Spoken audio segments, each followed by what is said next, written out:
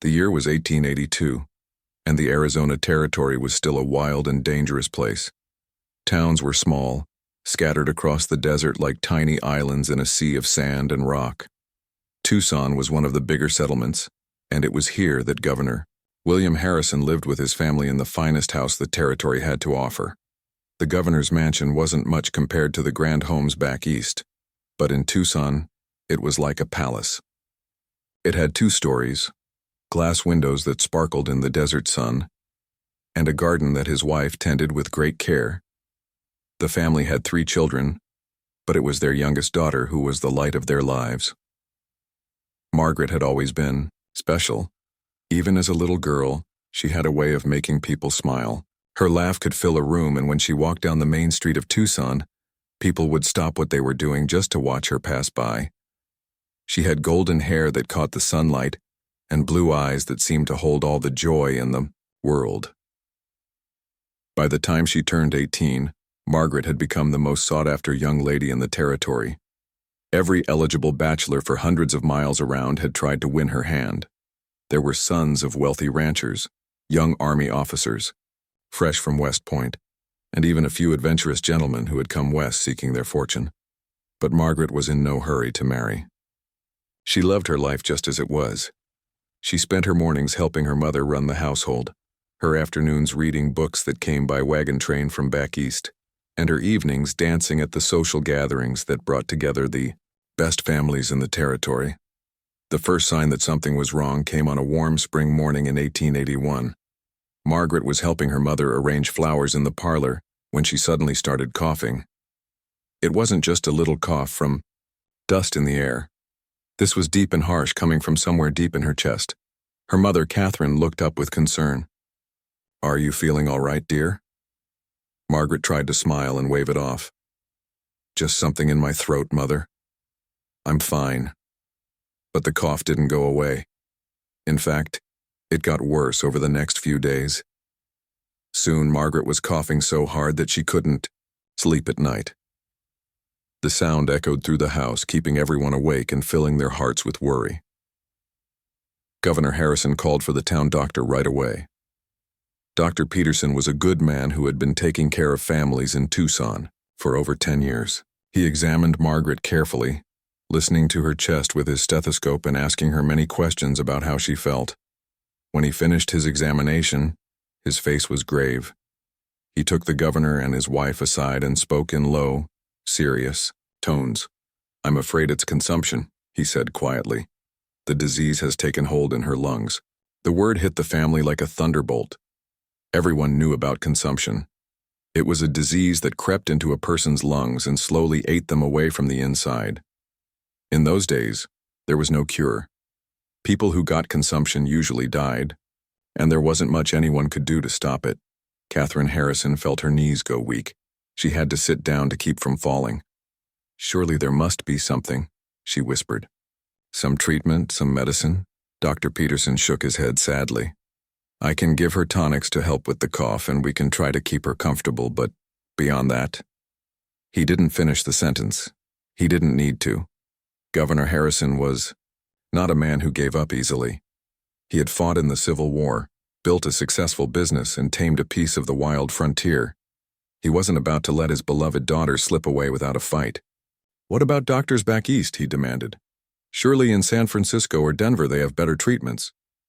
"We can try," Dr. Peterson agreed. "It certainly can't hurt."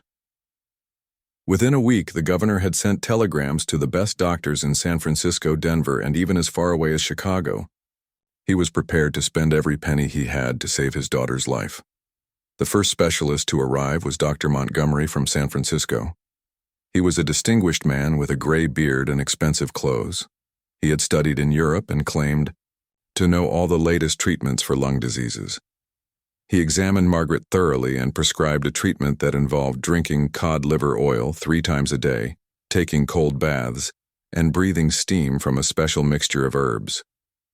Margaret tried everything he suggested, but instead of getting better, she seemed to get worse. Next came Dr. Wilson from Denver, a younger man who brought with him several new medicines that had just been developed back east. He was confident. that his modern treatments would succeed where the old methods had failed. For 2 months, Margaret took his pills and powders, drank his bitter tonics, and followed his strict diet. But still the cough persisted, and now she was losing weight.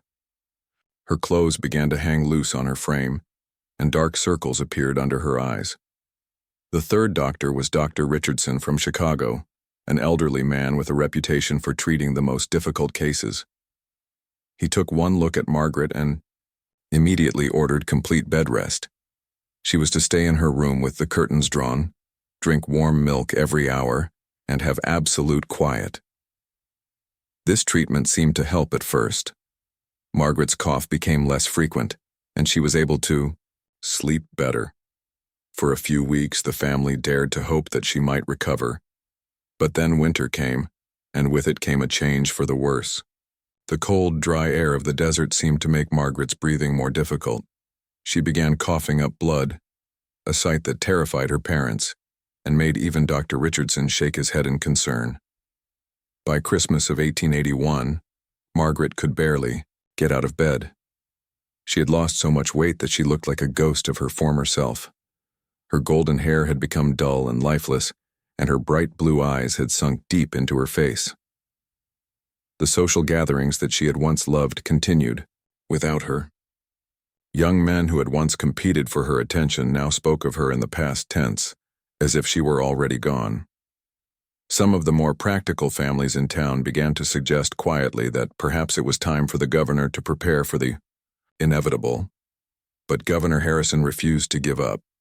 He spent every free moment at Margaret's bedside, reading to her from her favorite books, telling her stories of his adventures as a young man, and constantly assuring her that she would get better. Margaret, for her part, tried to be brave. Even though she felt weaker every day, she did her best to smile when her parents came to see her. She didn't want them to know how scared she was, or how sometimes at night she could feel her life slipping away like sand through her fingers. Spring came again, but it brought no relief. If anything, Margaret seemed to be fading faster. She could no longer sit up without help, and eating had become a struggle. The sound of her labored breathing filled the house day and night. Dr. Peterson visited every few days, but there was little he could do except adjust her medicines to help with the pain. He had seen many cases of consumption over the years, and he knew the signs. Margaret Harrison was dying, and it was only a matter of time. One evening in late April, as the governor sat beside his daughter's bed, she took his hand in her thin, cold fingers. "Papa," she whispered, her voice barely audible, "I'm so tired." The governor felt tears sting his eyes. He squeezed her hand gently and tried to keep his voice steady. "Rest, sweetheart. Just rest." As he watched his daughter sleep, her breathing, shallow and irregular, Governor Harrison made a silent vow. He would not let her die. Somehow, some way, he would find a cure for her illness, even if it meant trying things that other people might consider impossible or even dangerous. He had heard whispers around town about other ways of healing, methods that the white doctors didn't understand or approve of. The Apache people who lived in the mountains had their own medicine, their own ways of treating sickness. Most white people dismissed such things as superstition and savage nonsense. But as the governor looked at his dying daughter, he began to wonder if perhaps it was time to consider possibilities that he had never thought of before. After all, what did he have to lose? The best doctors in the country had tried and failed. Maybe it was time to try something different, no matter how unlikely it seemed. Outside the window, the desert night was quiet, except for the distant call of a coyote. Soon dawn would come, bringing another day of watching and waiting and hoping against hope. But in the governor's mind, a new idea was beginning to take shape, an idea that would lead to events none of them could have imagined. Margaret stirred in her sleep, coughing softly. The governor reached over and gently brushed a strand of hair from her forehead. She was so thin now that he could see every bone in her face. But she was still his daughter, still the light of his life, and he would do anything to save her, even if it meant making a bargain that would shock the entire territory. The idea came to Governor Harrison from the most unlikely source. It was late May, and he was sitting in his office at the territorial building staring at a stack of papers that needed his attention. But his mind wasn't on government business. All he could think about was Margaret, growing weaker by the day despite every effort to save her. There was a knock at his door, and his secretary announced that Captain James Mitchell wanted to see him. Mitchell was an old Army scout who had spent more years in the desert than most men had lived altogether. His face was weathered brown by the sun, and his eyes had the sharp, alert look of a man who had learned to survive in dangerous places. "Governor," Mitchell said, removing his hat as he entered the office. "I heard about your daughter. I'm mighty sorry." Harrison nodded grimly. "Thank you, Captain. The doctors have done all they can." Mitchell shifted uncomfortably in his chair. He was more at home on horseback than sitting in a fancy office. "Well, sir, that's actually why I came to see you. I've been thinking about what you might do, and I got an idea. You might not like it much, but it could be worth considering." The governor looked up with interest. At this point, he was willing to listen to any suggestion, no matter how far-fetched it might seem. "I've spent a lot of years out there in Apache country," Mitchell continued. "I've seen things that would surprise most folks. The Apache, they got their own way of dealing with sickness. I've seen them cure people who our doctors had given up on." Harrison frowned. Like most white settlers, he had little respect for what he considered primitive Indian medicine. "Surely you don't mean to suggest—" "Now I know what you're thinking," Mitchell interrupted. "But hear me out. About 6 months ago, I was riding with a patrol near the Dragoon Mountains when one of our men got bit by a rattlesnake. Nasty bite right on the leg.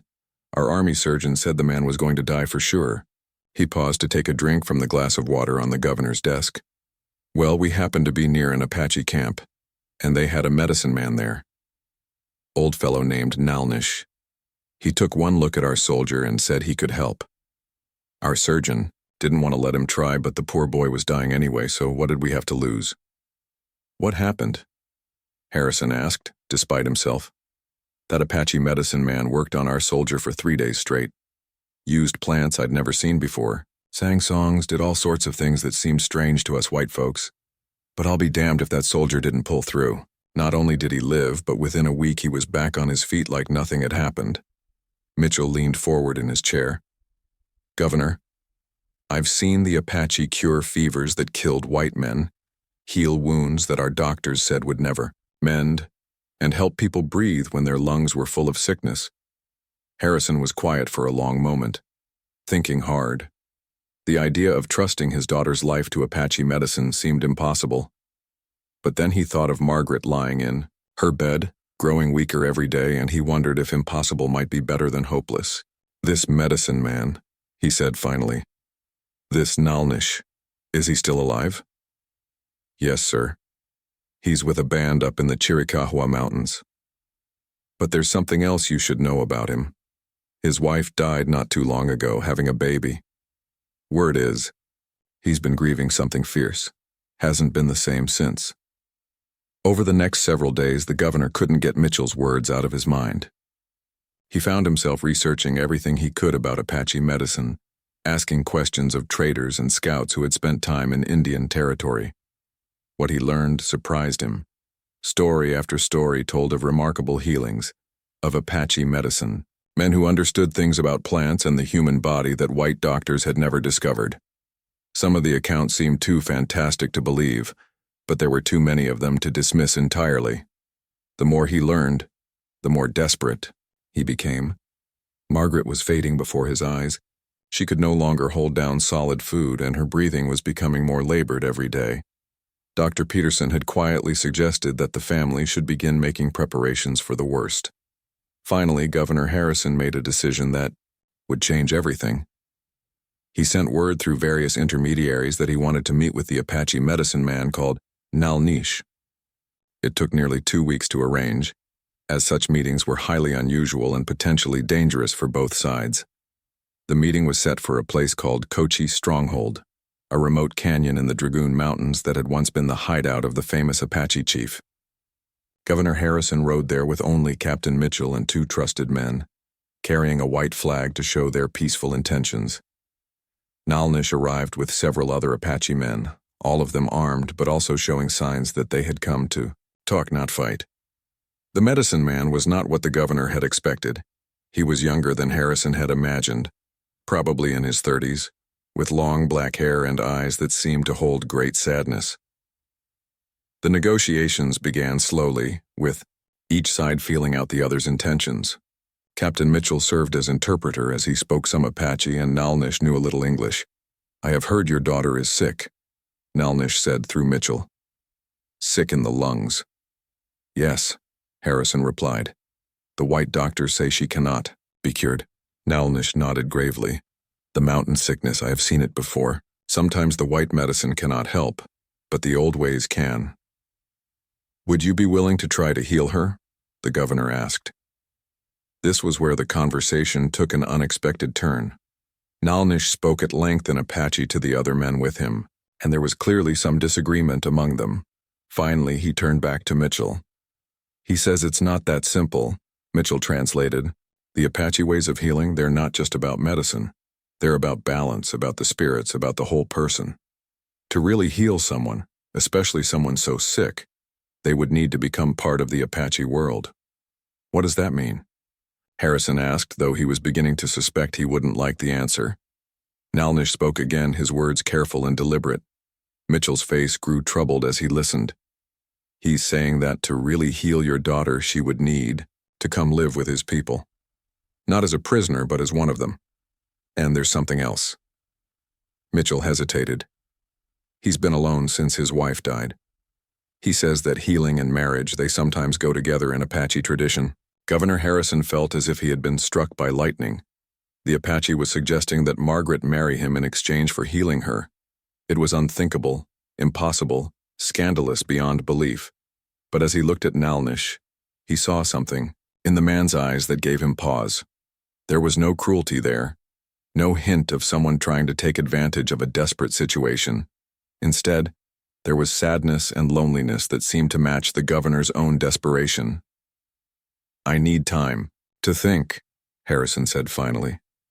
"Time is not something your daughter has much of," Nalnish replied through Mitchell. "If she is as sick as you say, waiting will only make things worse." The ride back to Tucson was the longest of Governor Harrison's life. The idea of giving his daughter to an Apache warrior was so shocking that he could barely bring himself to consider it. What would people say? What would his political career become?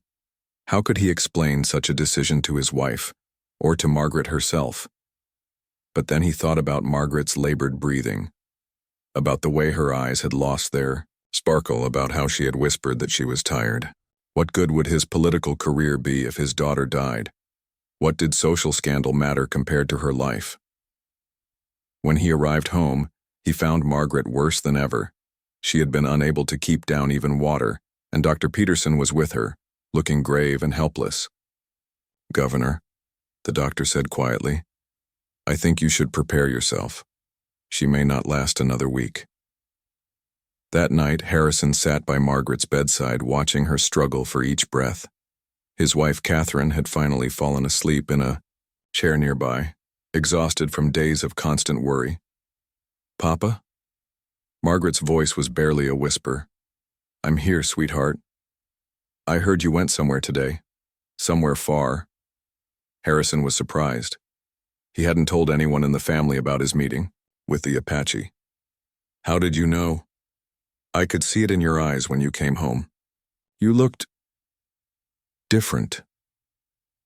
Like you might have found something." For a moment, Harrison was tempted to tell her everything. But how could he explain that her only hope for life might require a marriage that would shock the entire territory? "I'm exploring every possibility, Margaret. I won't give up on you." She smiled weakly and squeezed his hand. "I know, Papa. Whatever you think is best, I trust you." Those words hit Harrison like a physical blow. She trusted him completely, never suspecting what he was considering. But as he looked at her wasted form, at the way she had to fight for every breath, he realized that trust might be the only thing that could save her life. The next morning, Governor Harrison made the most difficult decision of his life. He sent word back to Nalnish that he was willing to discuss terms. The second meeting with Nalnish took place 3 days later, again at Cochise stronghold. This time, Governor Harrison came with a heavy heart and a decision that would change his family forever. The Apache medicine man arrived with more people than before. There were several older men who Captain Mitchell explained were tribal elders, and 2 women who stayed in the background but watched everything with keen interest. "You have decided?" Nalnish asked through Mitchell. Governor Harrison took a deep breath. "I have, but I need to understand exactly what you're proposing." What followed was the strangest negotiation in the history of the Arizona Territory. Nalnish explained that healing Margaret would require more than just Apache medicine. She would need to live in the high country, where the air was thin and clean, far from the dust and heat of the desert floor. She would need to eat Apache food, follow Apache ways, and become part of their community. "And the marriage?" Harrison forced himself to ask. Nalnish was quiet for a long moment before answering. In Apache tradition, healing and joining are connected. When someone is very sick, sometimes they need to become new people, with new family, new purpose. Marriage is not just about man and woman, it is about becoming part of the tribe, having people who will care for you always. He paused, and when he spoke again, his voice was softer. "I lost my wife 6 moons ago. She died bringing our child into the world, and the child died too. Since then, I have been empty inside. Maybe helping your daughter will help us both heal." Through Mitchell, the Apache elders explained their conditions. Margaret would come to live with them as Nalnish's wife, but she would be treated with respect and kindness. If the healing worked and she chose to stay, the marriage would be permanent. If it failed, or if she wished to return to her white family, she would be free to go. "But you must understand," the eldest Apache said. "Our medicine is not like white medicine. It does not work quickly, and it requires the person to want to live, to fight for life. If your daughter has given up in her heart, our medicine cannot help her." Governor Harrison thought of Margaret's whispered words. "I trust you, Papa." She hadn't given up. She was still fighting, still hoping. "How long?" he asked. "If she lives through the first moon, there is hope. If she lives through the changing of seasons, she may recover completely. But it will take time, maybe many seasons." The agreement they reached was unlike anything in the history of white and Apache relations. Margaret would go to live with Nalnish's band in the Chiricahua Mountains. She would be married to him according to Apache custom, but the marriage would also be recognized by territorial law to protect her rights. If she recovered her health, she could choose to return to Tucson or remain with her new family. In return, Nalnish would dedicate himself completely to healing her, using all his knowledge and skill. The Apache band would accept her as one of their own and protect her as they would any member of their family. Governor Harrison returned to Tucson with papers that made the agreement official, but he still faced the hardest part, telling his family what he had done. Catherine Harrison's reaction was exactly what he had expected. She fainted when he explained the situation, and when she recovered, she alternated between tears and anger. "You want to give our daughter to savages?" she cried. "And William, have you lost your mind?" "I want to save our daughter's life," he replied firmly. "The best doctors in the country have tried and failed. This may be her only chance." It took hours of discussion, tears, and pleading before Catherine finally agreed. In the end, it was the sound of Margaret's coughing from upstairs that convinced her. Their daughter was dying. Maybe this Apache medicine man could succeed where everyone else had failed. Telling Margaret was even harder. When the governor explained the situation, she was quiet for so long that he began to worry she had fallen asleep. "Papa," she finally said, "do you really think this man can help me?" "I don't know, sweetheart. But I believe he's going to try harder than anyone has tried before." Margaret was quiet again. When she spoke, her voice was so weak he had to lean close to hear her. "I'm scared, Papa. Not of dying, but of living like this, getting weaker every day. If there's a chance to get better, even if it means living a different kind of life, then maybe that's what I should do." The journey to the Apache camp was the most difficult trip of Margaret's life. She was so weak that she had to be carried on a special stretcher that Captain Mitchell had designed. The trip that would normally take 2 days on horseback took 4 days, with frequent stops to rest and give Margaret small sips of water. Governor Harrison rode alongside his daughter, watching her grow weaker with each mile. By the time they reached the foothills of the Chiricahua Mountains, she was barely conscious. He began to wonder if he had made a terrible mistake, if his daughter would die on the trail before they ever reached help. But as they climbed higher into the mountains, something interesting happened. The air became cooler and thinner, and Margaret's breathing seemed to become a little easier. She was still desperately sick, but the constant struggle for breath that had tormented her in Tucson seemed to lessen slightly. The Apache camp was not what Governor Harrison had expected. Instead of the wild, savage place he had imagined, he found a well-organized community of families living in traditional wickiups made of brush and animal skins. Children played games in the shade while their mothers worked on various tasks, and men tended horses or worked on weapons and tools. When the group arrived, word spread quickly through the camp. People came out to see the sick white woman who had come to them for healing. Some looked curious, others seemed skeptical, but none showed any hostility. Nalnish was waiting for them at his own wickiup, which had been prepared specially for Margaret's arrival. Inside, the floor was covered with soft furs and woven mats. There were bowls of water and various plants and herbs hanging from the framework of the dwelling. Margaret was carried inside and placed on the soft bedding. She was so weak she could barely open her eyes, but she managed to look at Nalnish and whisper, "Thank you," in English. The Apache medicine man knelt beside her and placed his hand gently on her forehead.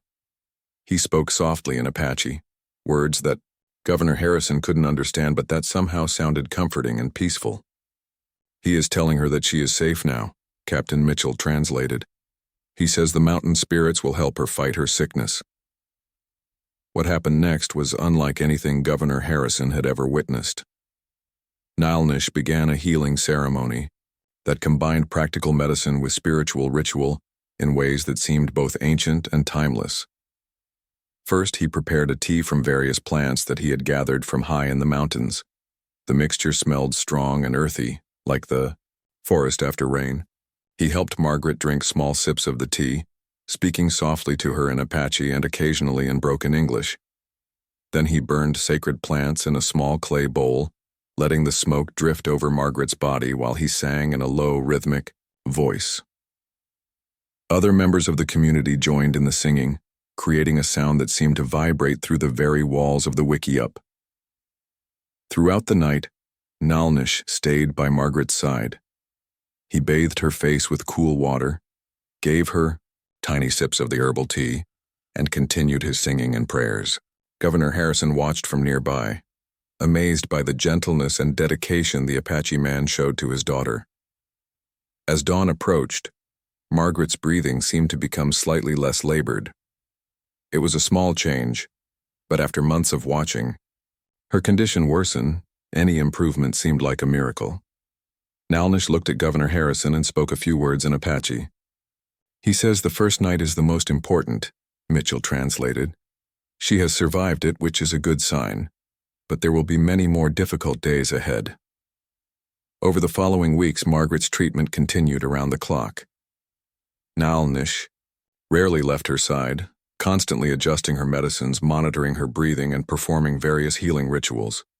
The Apache women of the camp also played important roles in her care. They took turns sitting with her when Nalnish needed to rest, helped prepare special foods that were easy for her to digest, and included her in their daily prayers and ceremonies. Slowly, almost imperceptibly at first, Margaret began to show signs of improvement. Her cough became less frequent and less severe. She was able to stay awake for longer periods and even managed to eat small amounts of food. But the most remarkable change was in her spirit.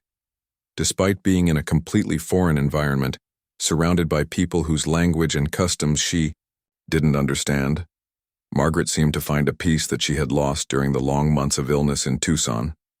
Perhaps it was the clean mountain air, or the constant care and attention she received, or simply the fact that for the first time in over a year, her condition was improving rather than getting worse. Whatever the reason, the spark began to return to her eyes. One morning, about 6 weeks after her arrival at the camp, Margaret was able to sit up by herself for the first time since leaving Tucson. It was a small achievement, but everyone in the camp treated it like a great victory.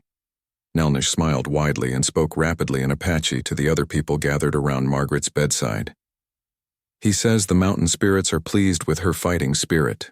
Mitchell. As summer turned to autumn in the Chiricahua Mountains, Margaret's recovery continued at a steady pace. What had seemed impossible just months before was becoming reality.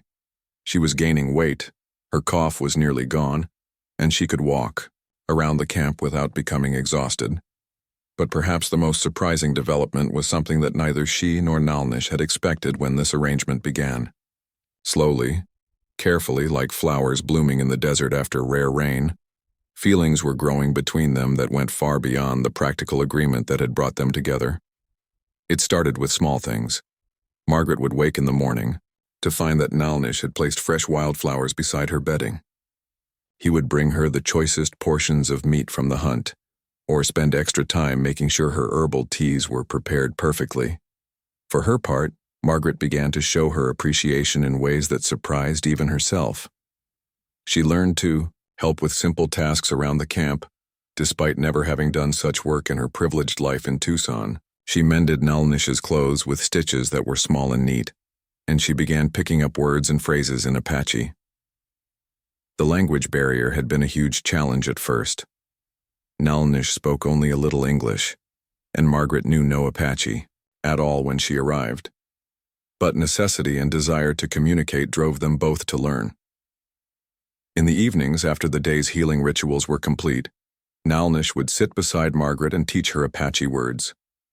He would point to objects around the camp and say their names in his language, then patiently help her practice the pronunciation. Shash, he would say, pointing to a bear hide hanging nearby. Shash, Margaret would repeat, her voice still weak, but determined. When she got it right, Nalnish would smile in a way that made her heart beat faster. When she struggled with a difficult sound, he would gently correct her, sometimes placing his hand near her throat to help her feel how the word should be formed.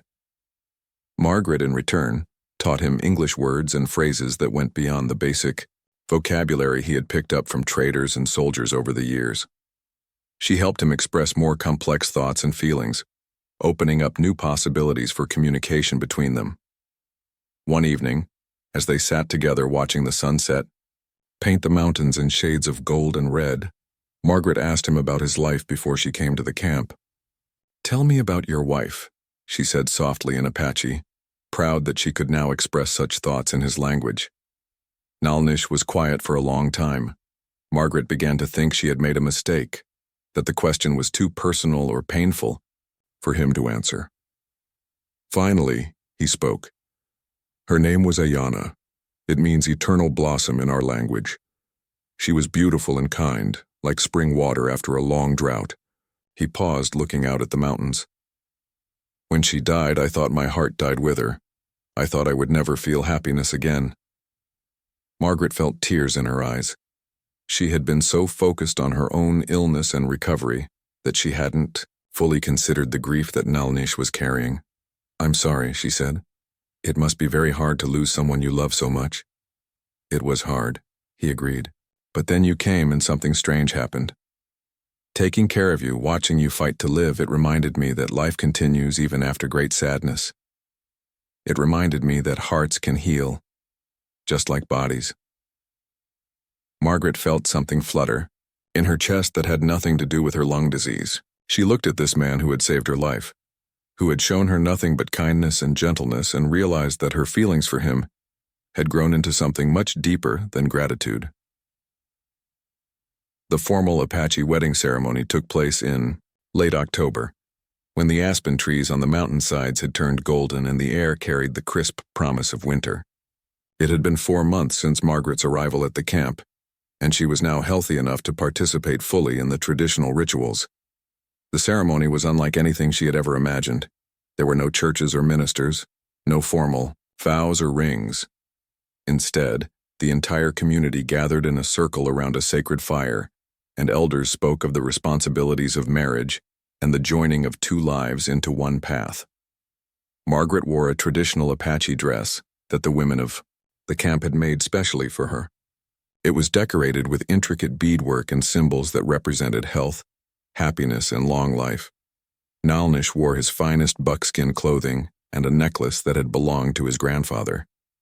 During the ceremony, they shared food from the same bowl and drank water from the same cup, symbolizing that they would share everything in their life together. They walked 4 times around the sacred fire, once for each direction of the wind, while the entire community sang traditional wedding songs. When the formal ceremony was complete, Nalnish took Margaret's hands and spoke to her in Apache, then in English so that everyone could understand his words. "I promise to care for you as long as I live," he said, "to protect you from harm, to share with you all that I have, and to walk beside you on whatever path life may bring us." Margaret's response came from her heart. "I promise to stand with you in good times and bad, to learn your ways and honor your people, and to love you with all my heart for as long as we both shall live." Governor Harrison, who had traveled from Tucson to witness his daughter's wedding, felt emotions that he could hardly understand. 6 months ago, the idea of Margaret marrying an Apache warrior would have seemed like the worst disaster he could imagine. Now, watching the gentle way Nalnish looked at his daughter, seeing the health and happiness that had returned to her face, he realized that this marriage might be the greatest blessing his family had ever received. After the ceremony, there was a great feast with music and dancing that continued long into the night. Margaret, who had once been the belle of Tucson society, found herself dancing Apache dances around a fire in the wilderness, and she had never been happier. As winter approached, Margaret's integration into Apache life became complete. She learned to prepare traditional foods, to tan hides, and to gather the plants that were used for medicine and dyes. The other women of the camp accepted her as a sister, teaching her the skills she needed and including her in their daily conversations and activities. But it was her relationship with Nalnish that truly flourished during those quiet winter months. Away from the formal healing ceremonies and the watchful eyes of visitors, they had time to simply be husband and wife. They would spend hours talking by the fire in their wickiup, sharing stories of their different childhoods and dreams for their future together. Nalnish told her about Apache legends and traditions, while Margaret shared tales of life in the white world that fascinated and sometimes amused him. "Your people have so many rules about everything," he said one evening after she had explained the complex social protocols of Tucson society. "Rules about what to wear, what to eat, when to speak, how to walk. How do you remember them all?" Margaret laughed. "I used to think those rules were important. Now they seem silly compared to the simple truth of taking care of each other and living in harmony with the land." One snowy evening in January, as they sat together in their warm wickiup, Nalnish took Margaret's hands in his and looked into her eyes. "When you first came here," he said, "I thought I was helping you because it was the right thing to do, and because it might bring peace between our peoples. I never expected to find my own heart healing too." Margaret felt her pulse quicken. "What are you saying?" "I'm saying that I love you," he replied simply. "Not because of any bargain or agreement, but because you have brought light back into my life. Because your courage and strength have shown me that it's possible to be happy again after great sorrow." Margaret felt tears of joy streaming down her face. "I love you too," she whispered. "More than I ever thought possible." As they held each other close, listening to the wind in the pines outside their home, Margaret marveled at the strange path that had led her to this moment. A year ago, she had been dying in her father's mansion, surrounded by luxury but slowly fading away. Now she was truly alive, married to a man who loved her deeply, living a life she could never have imagined. The bargain that had begun as a desperate attempt to save her life had become something beautiful and real. What started as an arrangement between strangers had grown into a love that bridged 2 worlds and 2 very different ways of life. Outside, the snow continued to fall on the peaceful Apache camp, and inside their warm home, a governor's daughter and an Apache warrior planned their future together, secure in the knowledge that they had found something rare and precious in each other. Spring of 1883 brought changes that no one in the Arizona Territory could have predicted. Margaret, who had arrived at the Apache camp the year before as a dying woman, was now glowing with health and expecting her first child. The transformation was so complete that visitors from Tucson barely recognized the vibrant woman she had become.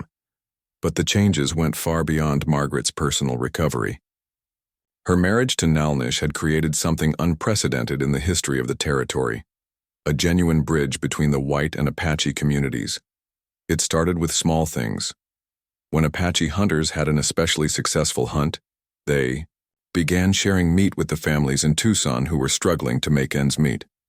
When white settlers needed help finding water or dealing with dangerous wildlife, Apache scouts would quietly provide assistance. Margaret found herself at the center of these changes, serving as both translator and mediator between the two communities. Her unique position allowed her to explain Apache customs to suspicious white settlers, while also helping her adopted people understand the fears and motivations of the newcomers to their land. One of the first major tests of this new relationship came in June, when a group of miners got lost in the Dragoon Mountains during a sudden flash flood.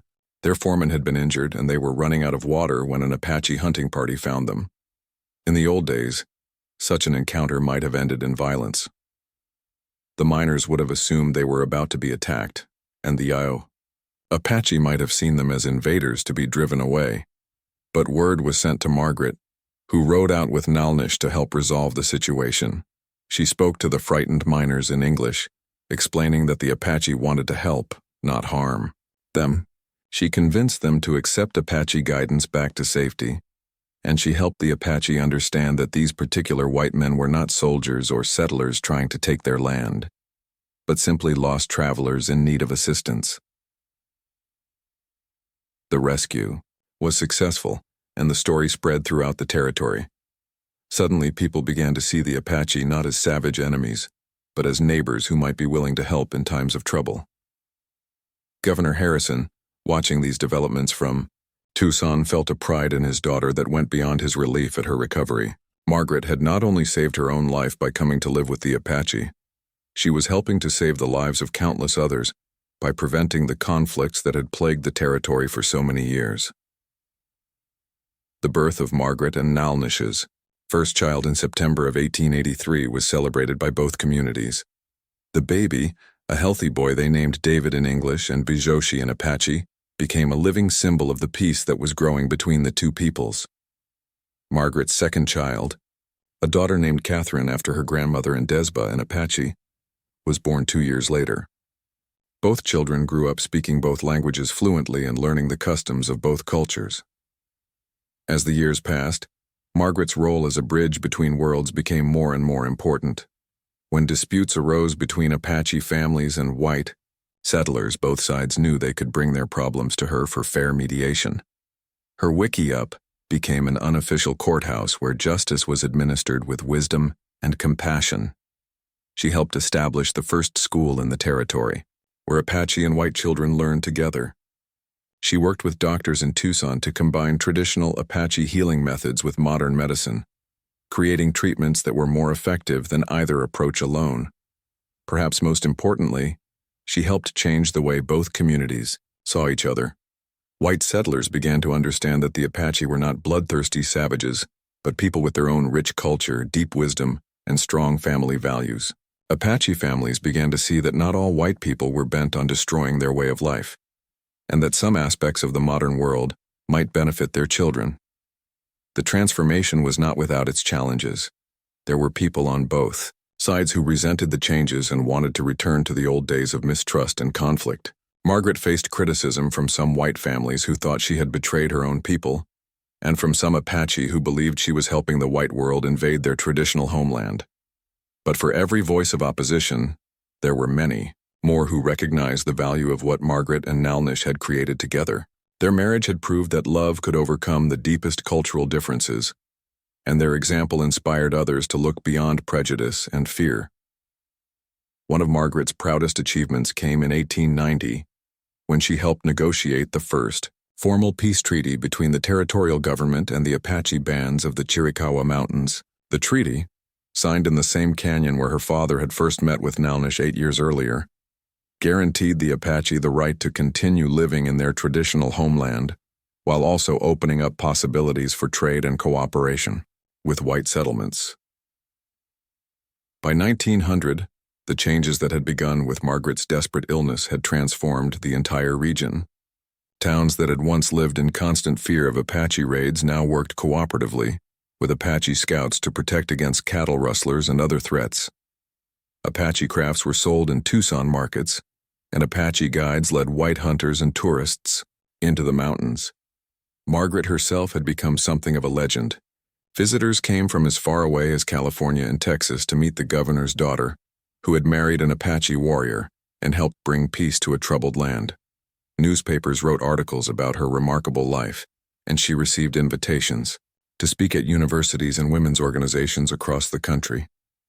But despite all the attention and praise, Margaret remained happiest in her simple wickiup up in the mountains, surrounded by her family and the community that had given her life meaning.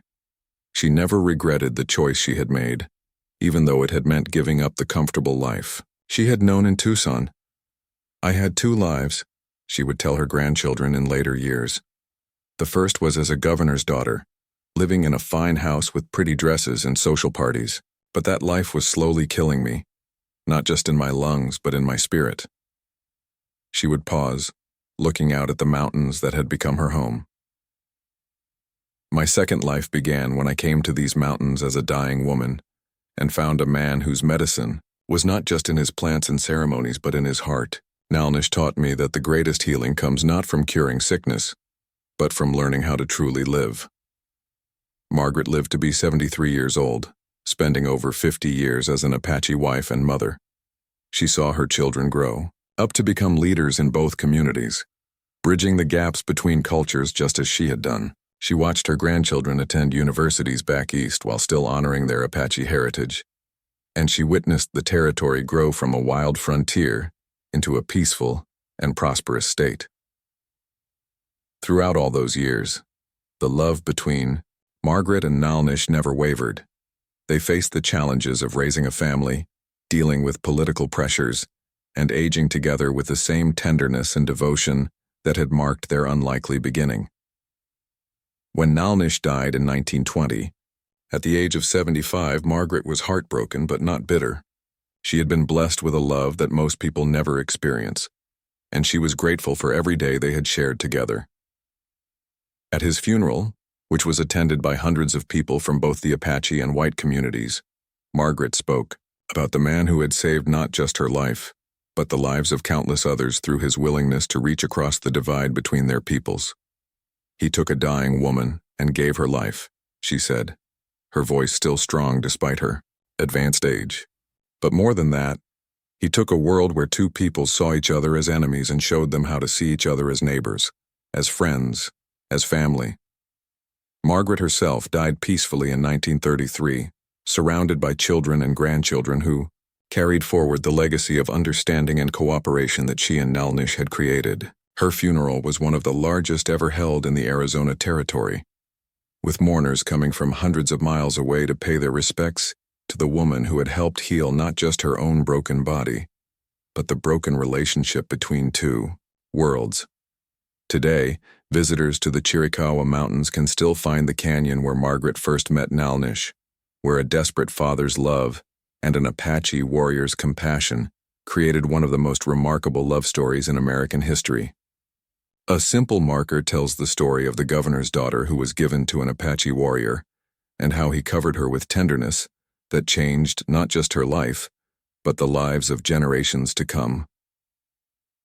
The lesson of their story lives on, that love, patience, and understanding can overcome any barrier, heal any wound, and bridge any divide between people who have the courage to see past their differences to the common humanity that connects us all.